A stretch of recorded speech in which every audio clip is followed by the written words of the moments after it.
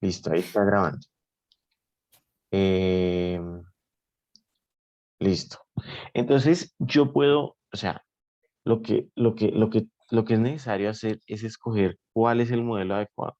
En este caso, yo tengo que es la proporción, el P sub 1, digamos, el P sub 2, el P sub 3, la proporción de una muestra ya dada, un tamaño de muestra ya dada. Y aquí van llegando, o sea, acá yo quiero ver cuánto es el conteo X1, el conteo X2, el conteo X3, pero acá van llegando las moscas. ¿Mm? Pregunta, ¿en cuál tengo un tamaño de muestra fijo? En el primero, ¿cierto? Acá tengo Sí, claro. una muestra de tamaño fijo y acá ya no. Entonces, ¿qué modelos se adecuan para las dos situaciones? Para este, ¿qué Yo modelo se diría, adecua? Ujú. el primero podría ser Poisson. No, podría ser, ¿cómo se llama? Binomial, ¿cierto? Exacto, binomial. Y el Eso, segundo, mira. Poisson. Muy bien, muy bien. Eso es la primera cosa que uno tiene que identificar. Entonces, claro, cuando veamos, por ejemplo, regresión logística, acá se ponen es categorías de una variable explicativa. eh, explicativa. Entonces, acá se coloca la variable uno, la variable 2, la variable 3 y se revisa cómo es que afecta ese tratamiento a las moscas. Ujú. Bueno, bien, eso es importante para seleccionar qué es un modelo. Bueno, existen muchos modelos, ¿sí? Existen muchos modelos. Sin embargo, vamos a ver solamente, o sea, una familia de modelos que son muy importantes en la estadística bayesiana y se llaman los de la familia exponencial. Esta familia exponencial cumple algo muy importante y es que son de la familia conjugada. Entonces vamos a ver un poquito como la idea intuitiva de qué es eso. Resulta que yo voy a tener una familia, por ejemplo, nosotros ayer teníamos la binomial, ¿cierto? Ujú. Nosotros alcanzamos a hacer la binomial y nosotros teníamos que Z, viendo la anotación del libro, eh, listo. Siguiendo la anotación del libro, nosotros teníamos que Z de parámetros, cada vez parámetros N y P, donde Z es la sumatoria de los Y sub I, y cada Y sub I es una Bernoulli. Ujú. Es una independiente idénticamente distribuida Bernoulli de parámetro P. Eso era lo que teníamos ayer. Y a esta binomial, a la probabilidad, le asignábamos una distribución a priori. ¿Cuál distribución era? La beta, Mm. ¿cierto? Ah, sí. La Ujú, beta ujú, de parámetros A y B. ujú. Bien. Entonces, en la beta, nosotros teníamos que la esperanza, digamos la esperanza a priori de P, es simplemente A sobre A más B. Ujú. ¿Sí? Bien. Y también teníamos que la distribución a posteriori de P dado Z es una distribución también beta, eso es bien importante, beta, de parámetro A más Z. Estoy cambiando la notación, este lo llamamos ayer S, pero Ujú. ¿cómo es que se llama este chico? De Krushki, este hombre, Krushki, no te me olvidar, Krushki. Ahí voy poco a poco aprendiéndome el nombre. El libro de Krushki lo llama Z. Bien, eso es importante para pues contextualizarnos con la notación. Y el segundo parámetro era B más N menos S. ¿Listo? Entonces veíamos que, bueno, nosotros tenemos que Z es el número de éxitos, ¿cierto? Sí, Y N menos S es el número de fracasos. fracasos. Ujú, Entonces, lo intuitivo es que A sea el número de éxitos a priori y B sea el número de fracasos a priori. ujú. Bueno, muy bien, eso es importante. Entonces nosotros teníamos ese resultado y teníamos simplemente que entonces que la esperanza de la proporción dado z es igual a, sería a más z sobre b más n menos z. Y llegamos a una ponderación, llegamos a que esto es a sobre a más b por a más, por a más b sobre, esto es acá, a más b más a más b más n y acá le quito la z porque se cancela. Eso. Y acá quedaría a más b, a más b, a más b más n más. Viene la media muestral y la ponderación es n sobre a más b Ujú, más n. Y veíamos que si n crecía, el estimador quedaba el máximo verosímil, ujú, igualito. Y si la información a priori crecía, quedaba era la esperanza a priori, un valor muy cercano a la esperanza a priori. Por eso es importante la razón con la que yo escoja a y a b, porque esa razón, o sea, entre más grande sea el número que yo ponga de razón, le voy a dar más importancia de la información a priori. ¿Listo? Se llama la tiranía de, bueno, digamos, Erdely se refiere mucho a esa palabra de tiranía. Tiranía. Digamos, este proceso, por ejemplo, el de Poisson, eh, pues digamos que uno lo puede hacer y lo mismo que la binomial. Acá, el libro de Krushki, el que, de los perritos, el libro de Krushki, lo que hace es muy vanguardista. Coge y hace tablas de contingencia con Poisson. Es bien interesante, eso sí lo estuve viendo. Si nos alcanza el tiempo, vemos eso, pero es genial. Y tenemos las herramientas, aunque esté en el capítulo 18, tenemos las herramientas, no hay lío. Y es genial cómo él coge el modelo paso para hacer tablas de contingencia, es una maravilla. No sabía. Bueno, Reli llama esto la tiranía de la función a priori, de la a priori. ¿Cómo así? Entonces yo lo que tengo es que si la a priori, por ejemplo, si yo coloco 200 de cada 500, ¿sí? Y mi muestra es 100 y la muestra mía, el n es igual a 100. Entonces la estimación bayesiana de teta va a quedar muy parecida a la esperanza a priori de teta. ¿Listo? ujú. Esto se debe porque la razón la estoy colocando de muchos individuos. ¿Mm?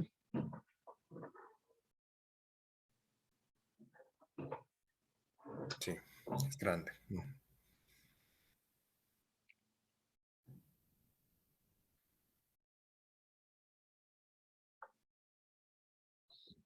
Exacto. Entonces, este influye mucho. El n de la distribución a priori influye muchísimo. Porque lo que hace es, o sea, darme que listo sea la esperanza a priori y la muestra no valga nada. ¿Listo? Análogamente, hay algo que se llama la tiranía de la verosimilitud, ¿cierto? Y es que cuando n tiende a infinito, cuando n es muy grande, cuando n es muy grande en comparación pues a la razón, el teta bayesiano va a tender al estimador máximo de erosión. Ujú. Bueno, bien. Entonces, listo. Esos dos cosas son bien importantes tocarlas. Y bueno, vamos a seguir. Bien. Entonces, lo que nosotros vamos a hacer, pues resulta que en la práctica, o sea, si digamos, uno puede coger otra familia, otras distribuciones, otras funciones, pero la gran mayoría de útiles pertenecen a las familias conjugadas y a una en particular que se llama la familia exponencial, que es un caso particular de las familias conjugadas. Entonces vamos a manejar es la familia exponencial, ¿listo? Eh, exponencial. Mira, siempre, siempre, siempre hay, ¿cómo es que se llama esto? Espera, a ver, ¿se llama esto?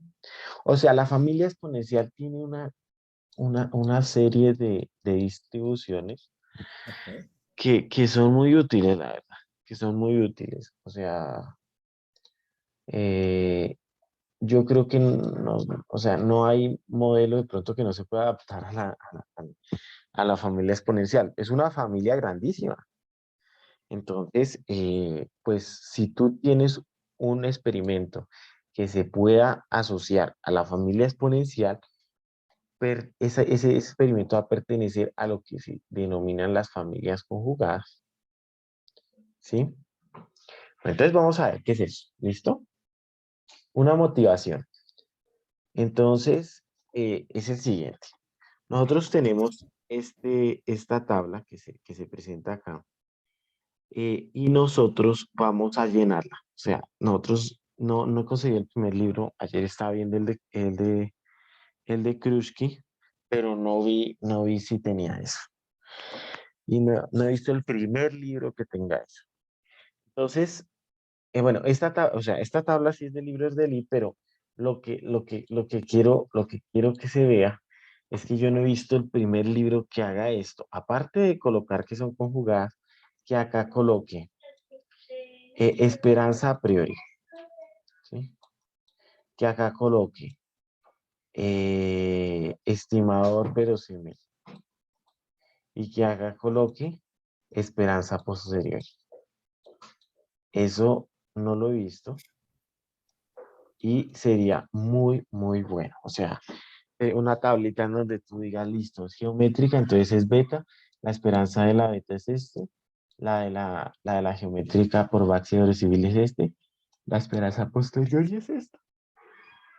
Una cosita así sencilla, eso facilita la cosa, porque eso, digamos, a la gente práctica no le toca volver a hacer la teoría, volver a revisar teoría, sino simplemente se va a esta tabla y revisa, bueno, mi experimento es Poisson, me dice que la esperanza es tal, y ya.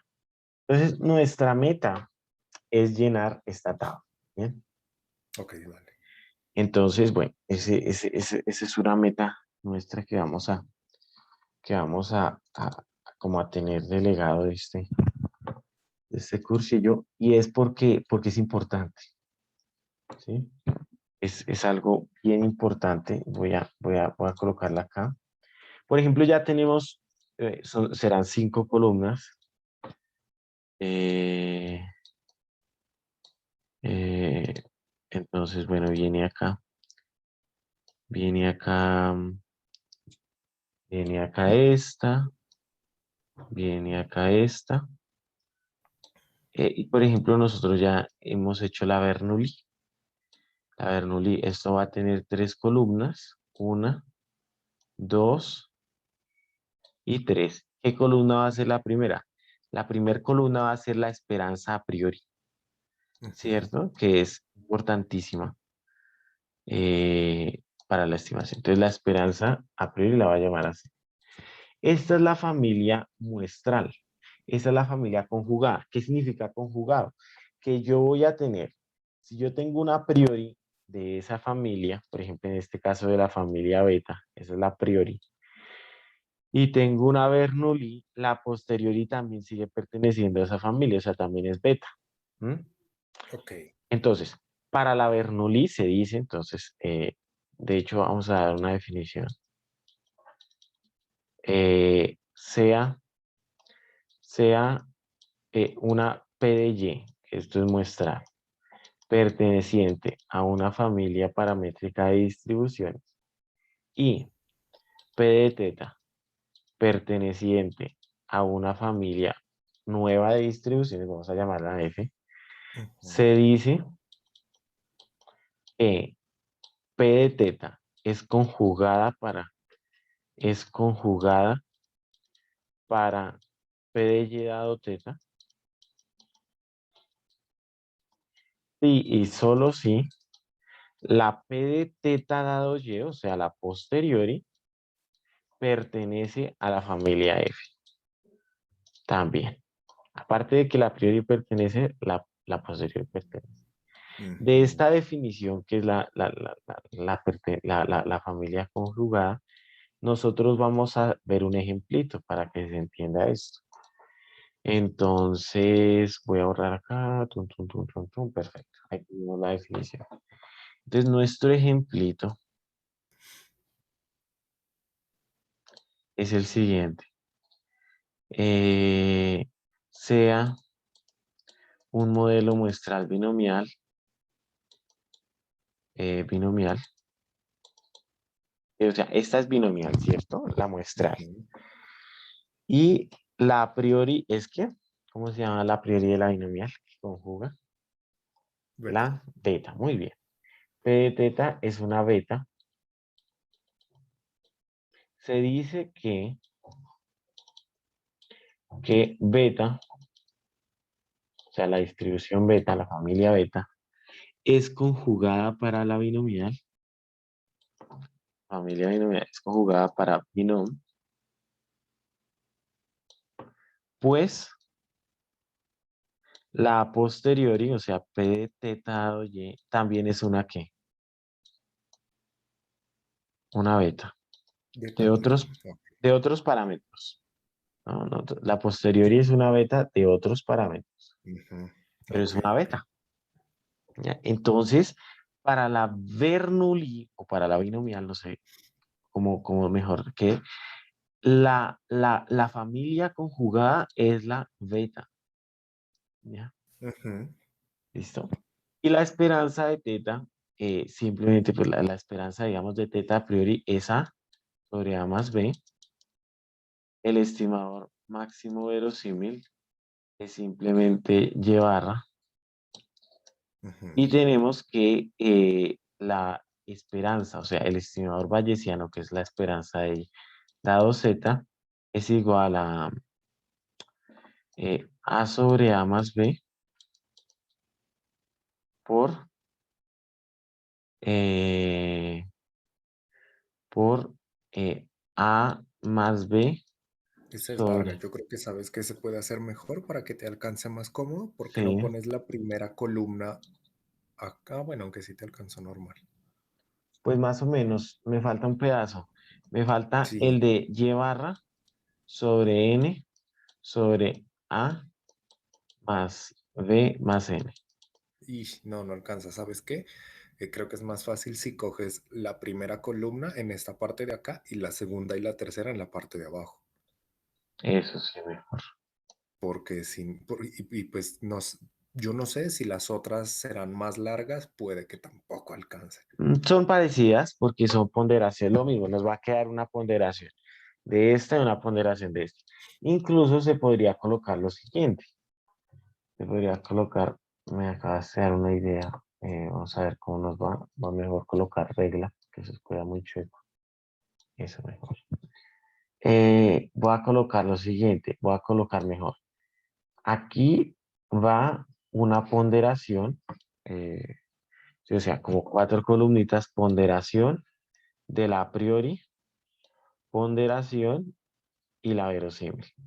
Entonces, claro, acá queda la a priori,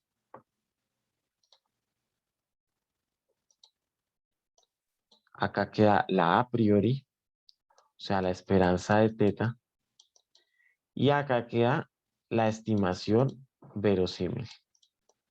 Acá queda la ponderación 1 y acá queda la ponderación 2. Entonces, ¿cómo va ponderada la esperanza de teta? La esperanza de teta va ponderada A más B sobre A más B más N, ¿sí? Multiplicado por la esperanza de teta, que una vez el primer parámetro sobre la suma de los otros dos. La Ujú. ponderación sub 2 es N sobre A más B más N. Y el estimador máximo verosímil, ¿cuál era? Y barra. ¿Sí te acuerdas que lo hicimos? El Y barra. Ujú. Lo hicimos por máximo verosimilitud y llegamos a que era Y barra. Muy bien. Eso para la binomial. ¿Listo? Entonces tú simplemente el primer número lo multiplicas por esto más el segundo número lo multiplicas por esto y ya, ahí te queda Eso. Es una tabla muy práctica. ¿Por qué? Porque va a resumir todo lo que es casi que un libro de estadística bayesiana. Si la persona quiere una uniforme, ve que el aparato se comporta muy bien, pues ve la ponderación y listo. ¿Qué se comporta uniforme? Por ejemplo, crecimientos de tasa lineal. La derivada es una uniforme. O, bueno, cositas así de modelos uniforme con la Pareto. ¿Qué se comporta exponencial? Los tiempos. ¿Qué se comporta geométrica? Las razones. ¿Qué se comporta normal? Casi todo. Aunque obviamente toca hacer bondad de ajuste, ¿no? En la normal. Hmm. Pero sí hay muchas cosas que pues se adapta a una normal por la continuidad. Bien, esta tabla es muy usual porque entonces, mira, ¿qué nos dice? Si la Poisson tiene asociada una familia conjugada gamma, entonces la Ujú. posteriori va a pertenecer ¿a dónde? La posteriori de la han dado un Gama. estadístico de va a pertenecer a la gamma. Muy bien. La exponencial, gamma. La uniforme, la Pareto. La normal, la gamma para la varianza. Y la normal, con media mi varianza lambda, es la normal gamma, ¿no? Hay libros que tocan en vez de la gama inversa, pero pues se puede llegar aquí. Aquí es muy similar. Entonces, lo que uno hace, digamos, tradicionalmente, es encontrar cuál es la función de verosimilitud. Eso es lo primero, ¿sí? Esa función de verosimilitud uno la llama P de Y dado teta. Bueno, después lo que uno hace es ver cuál es la distribución conjugada para esa distribución muestral. Esta verosimilitud uno lo escoge con la naturaleza del experimento, ¿cierto? Ujú. Nosotros esto lo hicimos al principio con lo de las moscas, un ejemplito, y eso sí va a ser insistente, lo de la naturaleza del experimento de marca el PBY dado teta. Cuando la distribución a priori es conjugada, ¿sí? Para la verosimilitud, la posterior es la misma distribución a priori, ¿listo? La misma distribución inicial. Esto de inicial se usa mucho en el análisis secuencial, habrá uno de inicial, luego la distribución presente y estimar la futura. Pero eso creo que un comentario al último voy a hacer un comentario bien de ese análisis secuencial. Bien, otra cosa es que esa integral, yo te he dicho que la teoría de la integración es fundamental para este curso. Sin embargo, esa integral no toca hallarla como digamos en un curso de cálculo, sino numéricamente. De hecho, vamos a ver el método de Monte Carlo para esto. ¿Sí? Ok. Bien, el método de Monte Carlo. Ahora, cuando los parámetros tienen dimensión pequeña, por ejemplo, son los casos que vamos a usar: Bernoulli, Poisson, geométrica, exponencial, uniforme, normal. Normal tiene dos, entonces son los casos que vamos a usar, ¿sí? Se puede hacer un método que se llama el método por cuadrícula y se hace la integral sobre la cuadrícula, ¿sí? Si es de varias dimensiones. Aunque si es de una dimensión, pues se hace una partición. O sea, se hace una partición, se generan aleatorios y se multiplican por los delta y se aproxima o se aproxima así a la integral. Como la integral es el área bajo la curva, bueno, o sea, se aproxima como por polinomios, por rectangulitos y listo. Ya tiene uno la integral. Esto es un teorema bien interesante. Vamos a devolvernos allá. Y ahora lo otro es los métodos de Monte Carlo y Markov Chain, Monte Carlo vía cadenas de Markov, que lo que me hacen es simular la distribución a posteriori para poder hacer inferencia. ¿Listo? Esa parte, el libro de Krushki la toca más o menos o sea, en el mismo capítulo que estamos manejando, en el capítulo 5 él va a tocar digamos, en la inferencia, por ejemplo, el 5.3 habla de inferencia, del modelo de comparación, y aún no habla del método de Monte Carlo. No va a hablar del método de Monte Carlo hasta en el capítulo 7, ya vamos a llegar hasta allá. Sin embargo, ¿por qué en la binomial no toca el método de Monte Carlo? Porque yo la posteriori es una beta y es muy sencilla, a Ok. posteriori, pero esto no siempre pasa, o sea, no siempre es tan sencilla como en el caso de la binomial. Entonces, por eso es que Krushki dice, no, bueno, hagamos toda la teoría de la binomial en que tenemos una posteriori muy bonita y luego introducimos el método de Monte Carlo vía cadenas de Markov. Bueno, entonces lo que uno hace, lo que hicimos con el Bernoulli, fue que teníamos una distribución muestral, una a priori, y queríamos encontrar esta a priori tal que fuera conjugada, ¿sí? Tal que esta P de teta es conjugada. Ese es el lío, ese es lo que nosotros queremos.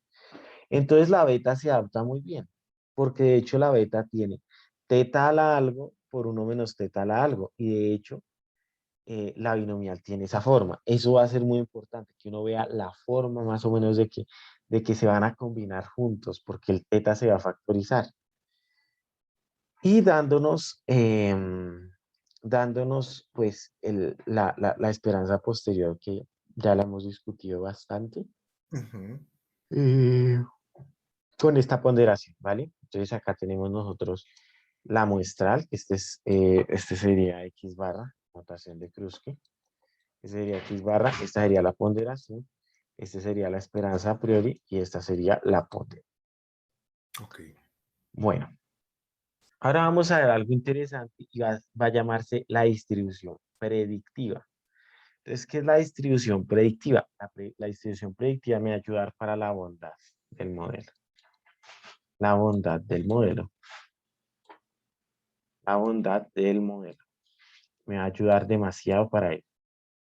Entonces, claro, yo dije en un principio que eso era binomial, pero ¿quién me garantiza que era binomial? Toca hacer bondad del modelo. Ujú. ¿Ya? Puedo usar cross validation, puedo usar método 50-50, en fin, usar esos métodos que me ayudan a ver si mi modelo en sí se adapta. Bueno, entonces la distribución predictiva lo que va a hacer es ver la probabilidad de un Y futuro, de una observación diferente, dado los datos observados. Y entonces nosotros tenemos que esto nos va a quedar la beta, la Bernoulli futura por la beta, que esto es una beta, y la integro entre 0 y 1, o sea que es una marginal de una beta, o sea, es una esperanza de una beta. Y la esperanza de una beta es la probabilidad de éxito futuro. Y la probabilidad de éxito futuro es esta. Hay un comentario que sí quiero hacer porque bueno, acá en el caso de regresión, pues va a ser mucho más útil esto, ¿no? Porque entonces, claro, yo aquí simplemente lo que estimo son los beta. Obviamente los beta van a tener una distribución asociada, ¿no? Ujú. Una P de beta, se va a llamar en regresión. Esto de los modelos lo toca Krushki hasta en el capítulo 20, porque pues le da mucho énfasis a los métodos numéricos y está muy bien porque son muy importantes. Ah, no, en el capítulo 14 ya empieza a hablar de modelos, digamos de los modelos lineales generalizados, y lo que se va a distribuir en un modelo son los beta, ¿sí? Que van a ser nuestros parámetros del modelo. Entonces yo quiero predecir a Y dado unos datos de X, ¿sí? Esa sería mi distribución predictiva. Y Ujú. esta la que me va a ayudar es a predecir efectivamente la variable Y dado unos datos X. Ujú. Bueno, bien. Bueno, entonces listo. Esto va a ser mucho más útil en regresión, sin embargo, para la bondad de ajuste de cualquier modelo va a ser importante. Eso lo vamos a ver en el R, no sé si ya cargó. Voy a revisar ese detallito, ojalá. Voy a pasar esto para acá y voy a ir abriendo el R. Bien, ahí está abriendo. Entonces, bueno, la región de confianza. Vamos a ver cómo se define una región de confianza. En el caso frecuentista, nosotros teníamos algo que se llama el intervalo de confianza, ¿cierto? Sí. Acá nosotros no vamos a tener intervalo de confianza, sino vamos a tener una región de confianza. ¿Por qué vamos a tener una región de confianza? Porque como el teta tiene una medida de probabilidad asociada, ¿cierto? De hecho, posteriori, yo puedo hallar los cuantiles de esa distribución. De hecho, es lo que vamos a hacer, los cuantiles de esa distribución. Y eso me da una región de confianza. Ok, ok. De qué nivel de confianza uno menos alfa, ¿ya? El nivel de confianza, cuando los datos son muchos, va a coincidir con el nivel de bondad, que era lo que se llamaba en el ámbito bayesiano, la bondad del intervalo. Y el nivel de confianza frecuentista también va a coincidir cuando tengo muchos datos, ¿sí? Cuando tengo muchos datos en n grandes. Ahora, este n grande no me gusta meterme, no me gusta mucho, pero digamos que sí coincide y por eso se dice que cuando uno tiene n muy grande, el intervalo de confianza, el IC frecuentista, se puede interpretar como la probabilidad, pero solo cuando n es grande. Pero bueno, métase usted a este lado. No nos hemos metido nunca en esto de n grande acá en Bayesiana, nos hemos librado de eso. Pues si quiere uno meterse con ese ámbito, pero este n grande es muy delicado. Entonces es mejor meterse por lo bayesiano. Además es mucho más limpio, está como mucho más pulida, esa palabra me gusta más, mucho más pulida esta estadística, porque si tú te acuerdas, para hacer un intervalo de la proporción tocaba P estimado menos P sobre raíz de P estimado por uno Ujú. menos P estimado sobre N convergía asintóticamente. O sea, tras de que normalizo algo que es binomial, que es Bernoulli, que eso no se puede, le digo que asintóticamente converge a una normal. O sea, eso es como muy truquero y muy, pues sí, esto se ha usado mucho, ¿sí? Mientras que acá es muy polido porque yo digo, bueno, en la distribución a posteriori voy a sacar el intervalo de confianza y va a ser un intervalo de confianza, sea la distribución que sea, o sea, se me va a acoplar a la distribución original, no voy a tener que hacer estas cosas. Por eso a los bayesianos miran esto ya y después dicen, pues pucha, ¿por qué la gente está haciendo esto si esto es una cosa? Me sesgo más la cosa, le hago algo que es propio de la normal, que se llama la estandarización. Y aparte uso el teorema central del límite, que es un límite al infinito. Pues eso está muy mal. En cambio, la estadística bayesiana dice, mire, yo nunca me voy a meter con ese n al infinito. Nunca. Simplemente yo digo, la pura distribución, acá lleno. Que me quede uno menos alfa y listo, ya, no más. No me toca ponerme a, a- a ver eso. Bueno, entonces vamos a ver, ejemplito, vamos a pasar el R, ya creo que está ahí. Entonces, el ejemplo, lo que me va a ver es la frecuencia en años. Entonces, claro, eso es, bueno, empezando, si es menor o igual que 2, esto se usa mucho, esto lo vamos a usar, por ejemplo, para modelos lineales, por ejemplo, cuando sea el modelo binomial y el modelo Poisson, nosotros vamos a decir, bueno, ¿hay presencia o hay ausencia? ¿Dónde hay presencia? Cuando es menor que 2. ¿Dónde hay ausencia? Cuando es mayor que 2. Y esto va a ser muy importante para cuando estemos en lo de la teoría de módulos.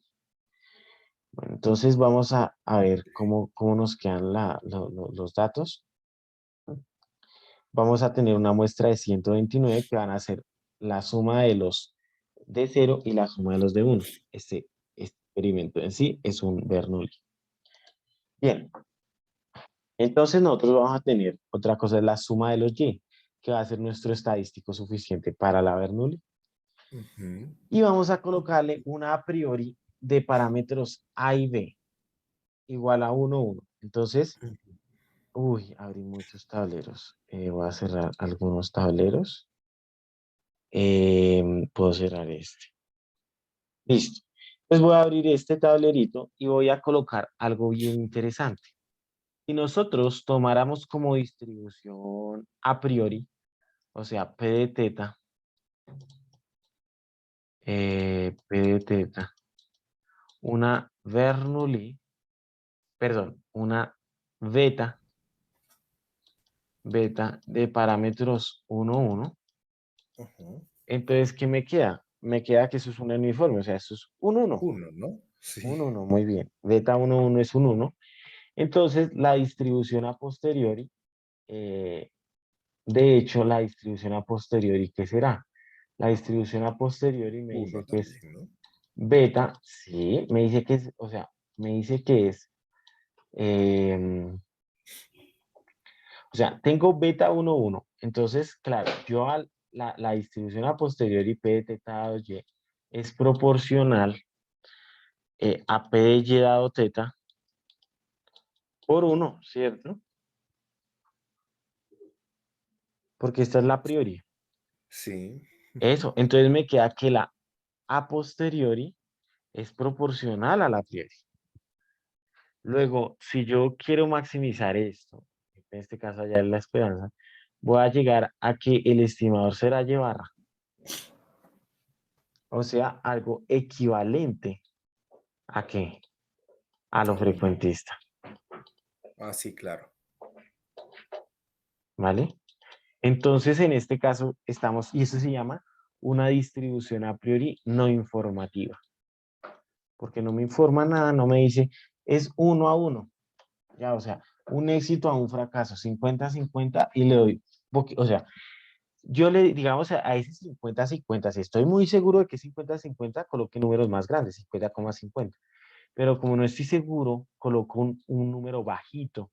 Y eso ya, una distribución a priori no informativa. Más adelante vamos a ver una regla que el libro toca y se llama la regla de Jeffrey. ¿Listo? Eso lo vamos a ver para no informativas. Bueno, entonces, bueno, toca, vamos, hay algo que toca el bootstrap, eso me parece muy bueno, porque el bootstrap es muy importante, entonces, pues también lo tocaremos. El libro de Kruskal, eh, no, perdón, ¿cómo es que se llama? Voy aprendiéndome el nombre, se llama Krushki, John Krushki. Bien. Listo. Entonces, bueno, entonces nos va a quedar una estimación muy, muy parecida a qué? A la estimación máxima verosimil. Hallamos los parámetros a posteriori, que es A más la suma, ¿cierto? B más N menos la suma, ¿cierto? Casos favorables sumados, casos desfavorables sumados. Y hacemos lo que ahorita te decía. Resulta que lo que se puede hacer es una división. Entonces vamos a hacer una división de 0 a 1 de longitud 100, de longitud Ok. 1000, y lo que vamos a hacer para estimar la distribución. Entonces lo que ahorita está en las diapositivas, uno lo que hace es una división, con base en esa división hay un random y va estimando la distribución, ¿vale? Muy análogo a un histograma, ¿cierto? De hecho, se llama la distribución empírica. Ok. Sí, Ujú. solo que la teoría de los histogramas es mucho más. Pero por ahora vamos a hacer una distribución empírica. Bien, entonces mira, la distribución a posteriori me queda de esta manera. O sea que la probabilidad está entre 0,8 y 1, ¿cierto? Un 0,9 más o menos. Ujú. Y si nosotros hacemos acá, voy acá a hacer lo siguiente. Si nosotros, bueno, esta es la verosimilitud, qué pena. Qué pena, qué pena, qué pena. Esta es la verosimilitud. Si ves la verosimilitud, se maximiza más o menos en 0,9, ¿cierto? Ujú. O sea que acá está llevar, por aquí está llevar. Voy a ver si me queda bien la línea. Acá, este numerito va a ser llevar, ¿ya? Bueno, vamos a ver la posteriori, a ver si se parecerá o no a la priori. ¿Listo? Entonces, bueno, vamos a verla. La posteriori, y en efecto, eh, Y en efecto, se parece mucho. O sea, esta es la posteriori y esta es la verosímil. Y si tú ves, son casi que idénticas, o sea, van a tener el máximo casi que en el, si no es en el mismo punto, casi que en el mismo. ¿Ya qué quiere decir? Que cuando yo tengo una previa no informativa, la verosimilitud se me va a parecer mucho a la priori. ¿Es por qué? Porque yo, y lo que veíamos ayer, yo le estoy colocando a A y a B un peso muy bajo, muy bajito. O sea que esto no me va a influir, luego esto va a tender al estimador máximo verosímil. Muy parecido a lo que veíamos ayer, ¿sí o no? Sí, sí, sí. ¿Sí? Entonces, esto va a ser muy parecido, y acá ya es la esperanza posterior y la esperanza de teta dado y. Y se parecen mucho, mucho, mucho. ¿Cuál se puede interpretar como una probabilidad? Pues ambos, ¿no? No, esta, la verosimilitud, no se puede interpretar, la verosimilitud no es una probabilidad. Similitud, no. Y de hecho, esto ni siquiera es una distribución, esto no integra uno. Pero si tú ves la probabilidad de ya, mira que escalona hasta 15, o sea que ya rellena y lo que hay acá, Ah, si ok, nosotros ok, vemos ya acá, esto es entiendo. más o menos 0,1 multiplicado por digamos, 0,75 multiplicado por 0 por 15, me va a dar más o menos 1. Ujú, Mientras que esto es lo mismo, 0,075 multiplicado por 4 me va a dar como 0,28. Y esto claro. no va a ser una probabilidad y la verosimilitud no se interpreta como una probabilidad. De hecho, este intervalo de confianza que me resulte acá, de hecho, incluso acá yo le asocio es una normal. O sea, eso es un tedio porque yo acá le asocio es una normal, si te acuerdas que uno le asocia una normal, y lo que allá son las colas de la normal, o sea, me da una cosa que no va a ser. En cambio acá la pura distribución, o sea, es muy pulida la estadística bayesiana. Bien, una Ok, cosa, ya pero entiendo. pulidísima. Bueno, entonces listo. Entonces, bueno, si nosotros hacemos, por ejemplo, vamos a ver la verosimilitud y la distribución eh, original, vamos a ver qué diferencia hay. Bueno, entonces acá tenemos lo mismo, la verosimilitud, digamos en una escala entre 0, 8 y 1, y la distribución a posteriori. Entonces es proporcional, lo que nosotros veíamos teóricamente se cumple. Sí, se cumple, lo que ayer veíamos teóricamente se cumple y el máximo más o menos va a ser en el mismo punto. ¿Sí? Bien, entonces vamos a ver, de hecho acá nosotros estimamos bueno, los parámetros posterior. Entonces vamos a estimar, por ejemplo, bueno, acá la media. Lo que nos interesa es la media posterior y nos da 0,9083. Y vamos a ver la estimación máximo verosímil. Entonces, ay, qué pena, acá me faltó 0,9080. ¿Se parecen o no? Sí, más o menos, un poquito. Sí, no basta. O sea, bueno, Pero no. siempre. O sea, Ah, no, sí, son igualitos. ¿en dónde se empieza? Como en el Como en cuarto el cuarto decimal. decimal. Exacto, muy bueno. Y acá entonces ya puedo estimar una varianza, pero la idea es que o sea, ese, esa distribución, esta digamos es la distribución muestral empírica. Voy a borrar ese lápiz. Y esto me da más o menos la forma de la distribución. A este Ujú. yo le puedo hallar cuantiles, por ejemplo, y hago mi intervalo de confianza. Y este sí se puede interpretar como que la probabilidad de que el parámetro pertenezca aquí es tanto. Ese sí se puede interpretar. ¿Bien? Bueno, entonces acá hay unas densidades que se llaman las densidades Kernel. Eh, si quieres, vemos ese tema a profundidad.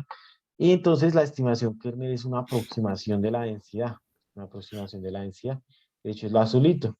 La densidad exacta es la roja y el histograma. O sea, está muy bueno. Esto es muy bueno lo de la simulación.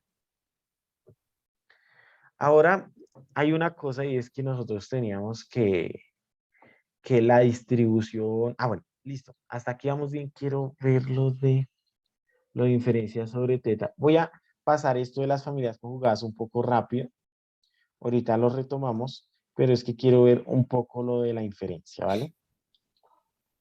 Entonces, ¿cómo vamos a hacer lo de la inferencia? Vamos a hallar los cuantiles de la beta posteriori Ujú. 0.025 y 0.975, que era lo que uno hacía, o sea, los niveles bajo y alto que uno desee. Y vamos a colocar los parámetros a posteriori. Entonces, A más S, B más N menos S. Y colocamos esto y nos da el intervalo de confianza 0.85, 0.95. Pregunta, ¿esto sí lo puedo interpretar, a diferencia de lo frecuentista, esto sí lo puedo interpretar como que la probabilidad de que teta pertenezca a 0.85 y 0.95 es del 95%? Sí. Sí, esto sí. Esto está muy bien, de hecho se interpreta así.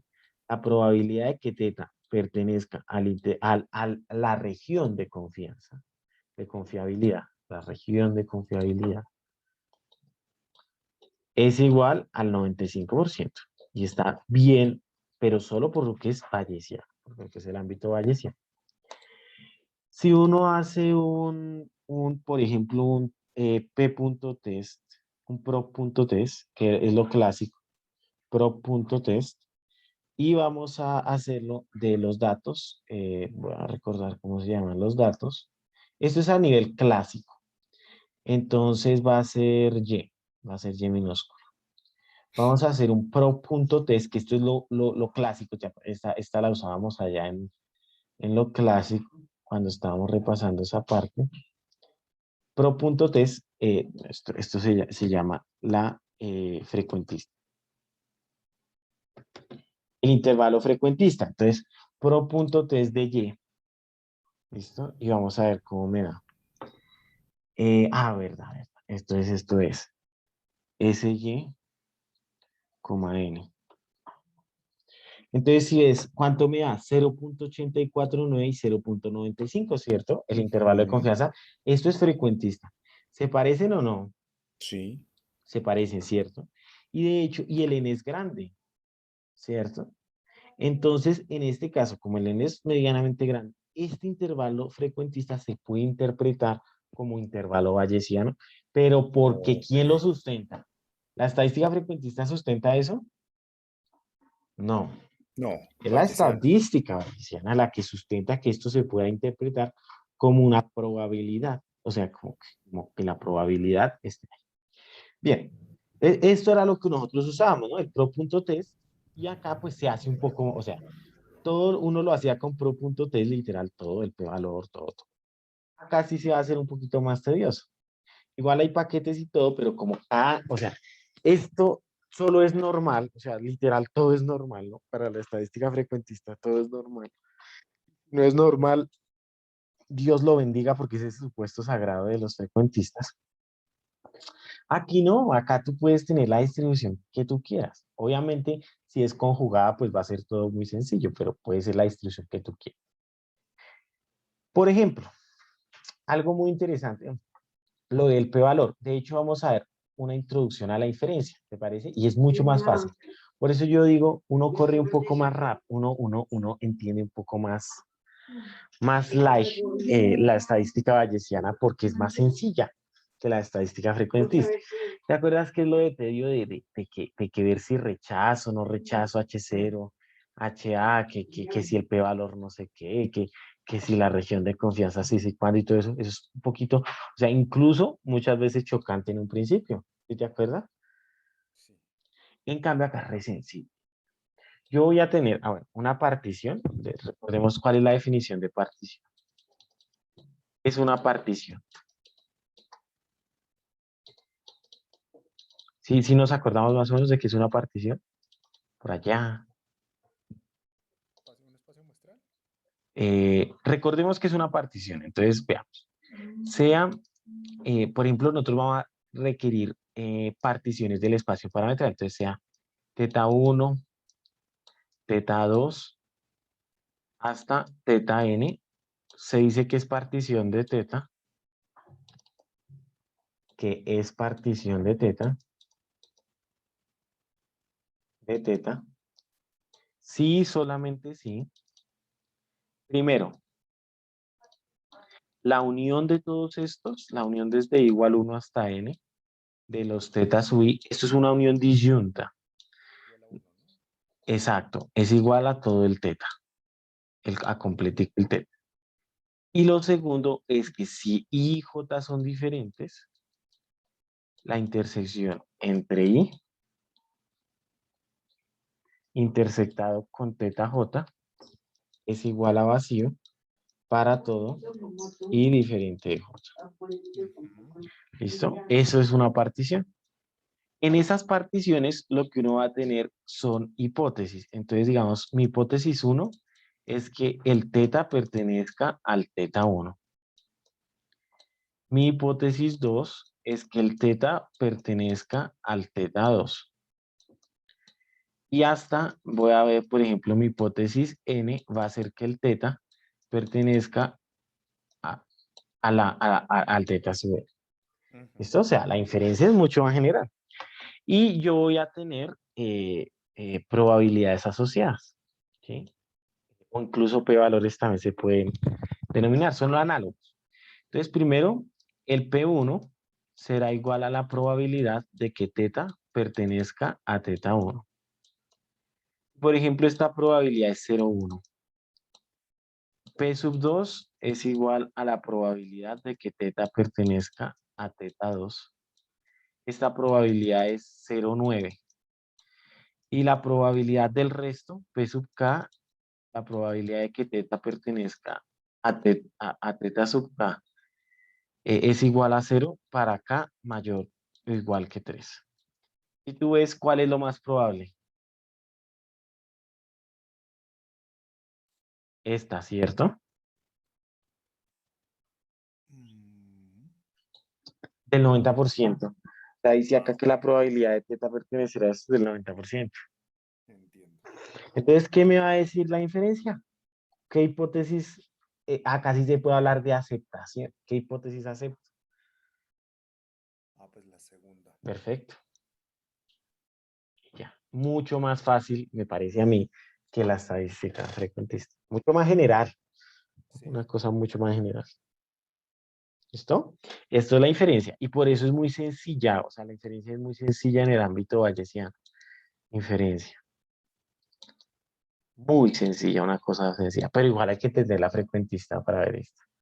¿No? Porque si no, no puedo. Y bueno, lo de una partición.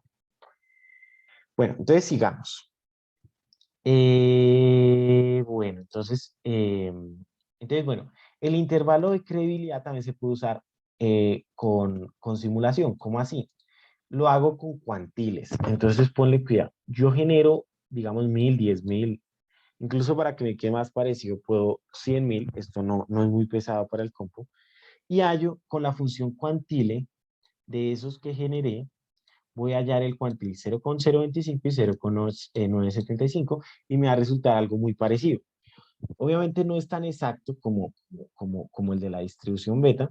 Sin embargo, cuando las distribuciones son pesadas, es mucho mejor hacer simulación. Con más adelante, como lo vamos a ver, es mucho mejor hacer simulación. Y basado en percentiles, también perfectamente nos quedaría de esta manera. Mm, Veamos el gráfico. Mm, el límite inferior y el límite superior. Nos quedaría de esta manera. Esto es el intervalo de confianza. ¿Qué quiere decir? Que la probabilidad acá es del 95%. Por ejemplo, si yo tuviera una hipótesis asociada, digamos, la hipótesis 1 es igual a que teta pertenece de 0,85 a 0,95.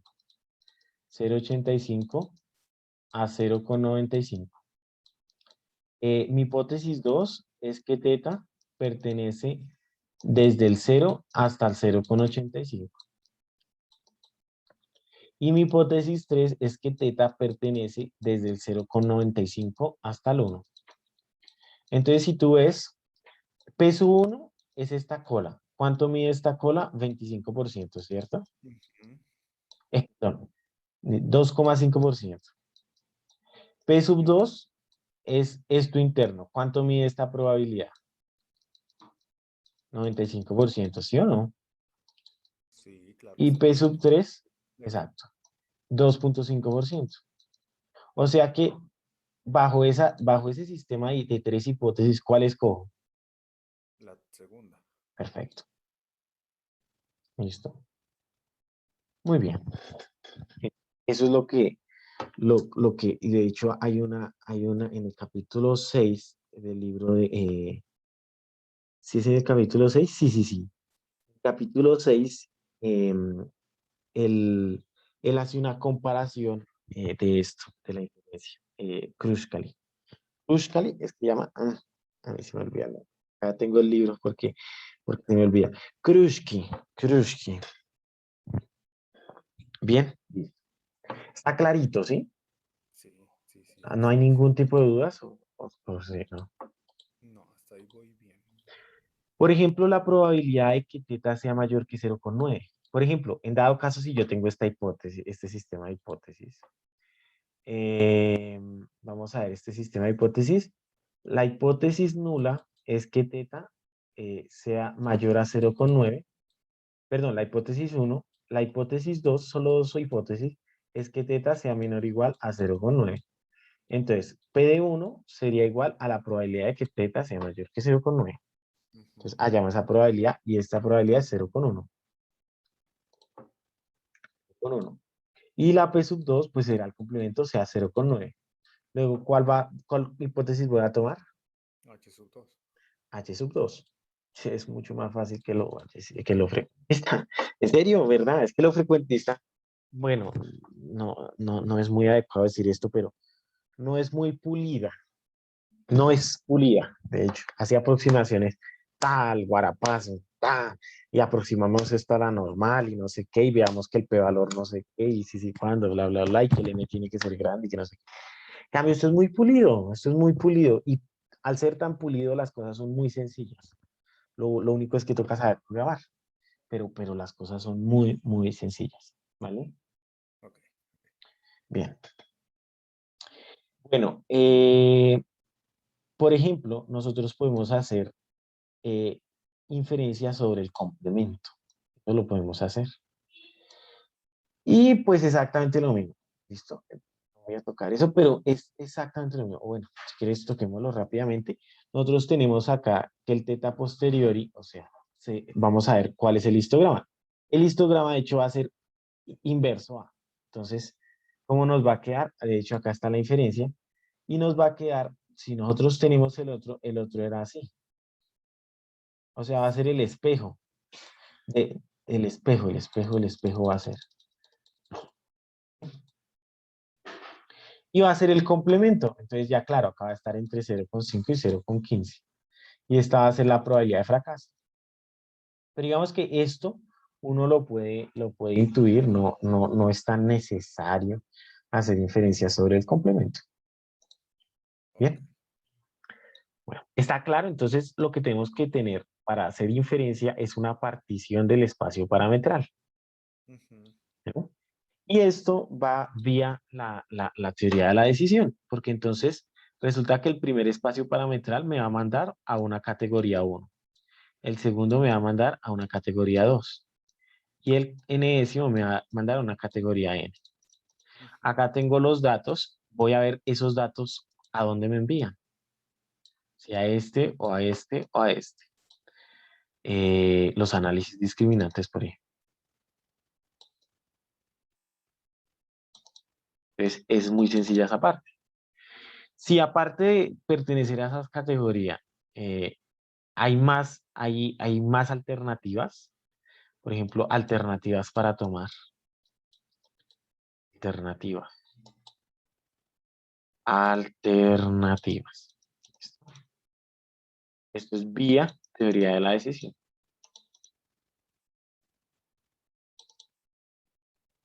Un ejemplo. Digamos que la inferencia bayesiana es muy sencilla, ¿no? ¿Cómo te pareció la inferencia bayesiana? Sí, claro, es mucho más sencillo. Mucho más sencilla. Ujú. mucho más sencilla. Lo único es el ámbito computacional. De resto, es mucho más sencilla. Y pues ahorita dicen que todo el mundo debe saber programar hoy en día, entonces, y no, y es verdad. Entonces, pues yo creo que esto va a ser o sea, va a empezar la cultura de la estadística bayesiana, yo sí decía, porque es mucho más pulida, mucho más limpia, mucho más una cosa, pero genial. Bueno, entonces nosotros vemos que en sí la estadística bayesiana, su naturaleza es secuencial, ¿no? O sea, con un presente yo voy a observar con un pasado, que es digamos, esto es pasado, yo voy a observar un presente Ujú, y quiero estimar el futuro, una P sub 2 de teta. Acá en esta P sub 2 de teta estimo un presente, este es Y sub 1, este es Y sub 2, y con esta P sub 2 quiero estimar un futuro, P sub 3 de teta. Y así, O sea, por naturaleza, la estadística bayesiana actualiza la información siempre que se pueda. O sea, la estadística bayesiana es muy humilde. No dice teta y yo tengo la razón y es un valor que solo lo conoce Dios y solo ese valor no. La estadística bayesiana es muy humilde en qué aspecto, en que dice, yo no lo sé todo, yo puedo cambiar mi posición, ¿sí? Yo no soy una piedra en el zapato que es así, no, no, no, no, no. Yo voy actualizándome y adecuándome al mundo, me voy adecuando al mundo, ¿sí? Me voy adecuando a los cambios del mundo, me voy adecuando a las circunstancias, son aleatorias, me voy adecuando a... Esto es muy parecido a la realidad, ujú. ¿listo? Entonces, ¿qué pasa? ¿Cuál es la pregunta? ¿Qué distribución previa uso para al segundo paso? Entonces, por ejemplo, ayer veíamos una introducción a lo de las razones, veamos, eso es interesante. Entonces vamos a ver eso, de hecho, lo toca Cruzcal en el capítulo 8 más o menos, toca una serie de, como de intuiciones para vía cadenas de Markov. Entonces, bueno, ahí lo tenemos a la disposición. Entonces vamos a ver cómo es que vamos a proceder, ¿listo?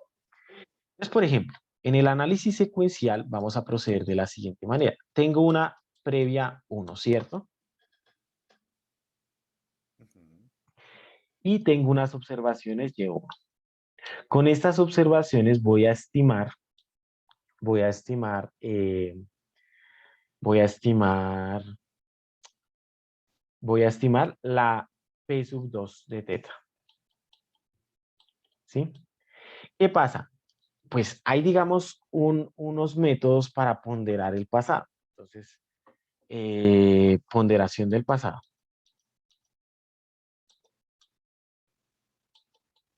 ¿Cuál es el método más usual? Es el de razones. Entonces, yo tengo que toda serie geométrica converge desde n igual 0 hasta infinito de r a la n. ¿Cuánto es que era esto del cálculo? Lo veíamos, hacíamos este repaso, 1/1 menos la razón, ¿cierto? Ok, sí. Esto si nos acordamos por ahí, si algo ver el video que esto lo vimos. Eso. Entonces lo que vamos a hacer es que esta constante que está acá la vamos a pasar a dividir. O sea, vamos a tener acá 1 menos r, que es, digamos, por la sumatoria, desde n igual 0 hasta infinito, de r a la n igual a 1. De hecho, esta se llama la distribución geométrica. Pero por ahora va a ser, digamos, la razón. Entonces, ya tengo una serie que, que integra uno, entonces no me va a alterar porque si integra uno, yo puedo ponderar. O sea, ¿qué quiere decir? Que uno menos r por r a la n es una ponderación. Y yo puedo, por ejemplo, eh, saltarlos estacionariamente. O sea, por ejemplo, al primero le coloco uno menos r, al Ujú. segundo uno menos r, al segundo anterior por r, o sea, disminuye. Como la razón es menor que uno, esto me va disminuyendo el pasado, me va disminuyendo el pasado. Y esto siempre suma uno. Listo, ahora la pregunta es, ¿quién es R? tiempo? No, el tiempo es este n, porque es discreto. En este caso, pues en lo bayesiano uno hace como pasos discretos. O sería interesante ver cómo qué pasa con las series de tiempo, sería muy interesante. Como te digo, esto está, mucha investigación hay sobre esto, pero sería interesante ver en el caso continuo qué pasa. Pero por ahora el caso discreto, bien, ha sido muy interesante. Entonces, bueno, ¿quién es este R? Esa es la pregunta. Este R lo da el experto. Ok. Me dice, entre más grande sea R, más información del pasado voy a necesitar para estimar el futuro. Entre más pequeño sea R, menos información voy a necesitar para estimar el futuro. ¿Listo? ¿Está clarito o no? Ajá. Bueno, muy bien. Bueno, entonces la inferencia ya vimos, hacemos una partición y escogemos la que mayor tenga, la que más peso tenga en su región de confiabilidad. ¿Listo? Y se dice que esta la aceptamos con una confiabilidad del 90%, del 0,9%. Perdón, de 0,9. Es alta la probabilidad de que pertenezca al segundo teta. Ok. Ujú. Bien, bueno, entonces listo, ahí vamos bien. El análisis secuencial igual lo vamos a retomar más adelante, pero bien, es eso, o sea, ya digamos las bases las tenemos.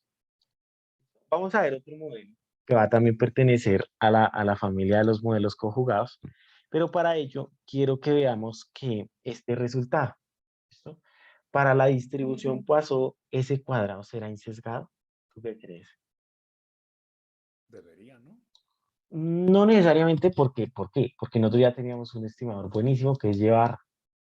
Llevarra es Ah, ok. insesgado, llevarra es eficiente, llevarra es completo para la. Pero ¿será que ese cuadrado tendrá esas mismas propiedades para lambda en el lado inferencial? Pues la respuesta es que todas no, pero la gran mayoría. Entonces vamos, por ejemplo, a demostrar el insesgamiento. ¿Qué es insesgamiento? Tenemos que mostrar que la esperanza de ese cuadrado es en efecto lambda. Entonces, ¿qué tenemos que mostrar? Que la esperanza de la sumatoria desde igual 1 hasta n de x sub i menos x barra al cuadrado sobre n menos 1, y esto a su vez es igual a la esperanza. Hay una identidad que cumple este señor, que es la siguiente. Esto es igual a la sumatoria desde igual 1 hasta n de x sub i menos mu cuadrado menos n veces x barra menos mu. Ay, sí es la cosa. Espera, a ver. Sí, ahí está bien la cosa. Listo. Sobre n-1 sobre n-1. Muy bien.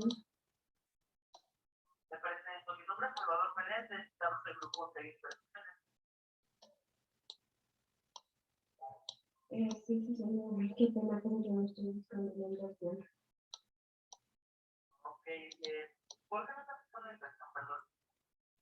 Porque tengo 11 años. Entonces, bien. Listo. ¿Hasta aquí vamos bien o cómo vamos, Álvaro? Bien, bien, bien. Listo. Entonces, esto es igual a, digamos, esta sumatoria sale, este n-1 sale y adentro nos quedan las varianzas. Pero recordemos que las varianzas de una Poisson son lambda. Entonces, desde igual 1 hasta n sobre n-1 menos, y este de acá nos queda una vez lambda sobre n, o sea, nos queda n lambda sobre n menos 1.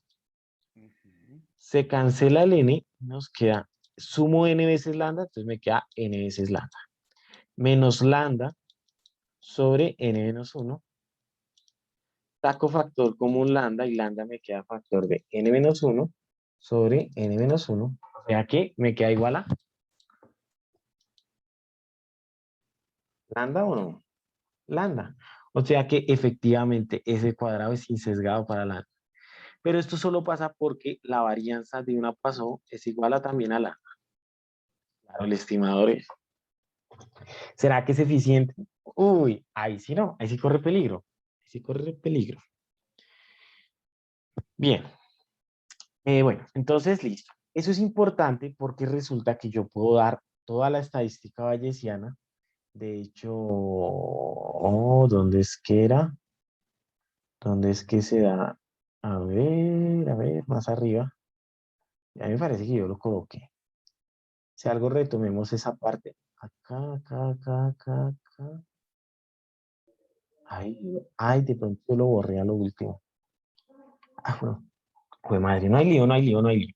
Entonces no hay lío, no hay lío. Borré eso, pero a la conclusión a que quiero llegar es que yo ahí copié que toda la estadística bayesiana se podría hacer con respecto a ese cuadrado Ok. del modelo Poisson, pero es mucho más complejo. ¿Qué pasa? Que como es un estimador bueno, es suficiente toda la vaina, entonces yo puedo hacer todo el modelo también bayesiano, sino que uno escoge los más fáciles, ¿no? Para que uno se complique. Entonces, uno escoge el llevar, que es el más fácil, un estimador bueno para lambda. Listo. Uno coge este. Bueno, pero eso es para que no, o sea, las alternativas son infinitas. ¿Qué vamos a tomar nosotros? La familia exponencial, vamos a tomar las familias conjugadas, todo eso. Entonces vamos a ver un nuevo método, ¿vale? Un nuevo modelo. ¿Listo? Vamos a ver el nuevo modelo, que es el modelo Poisson.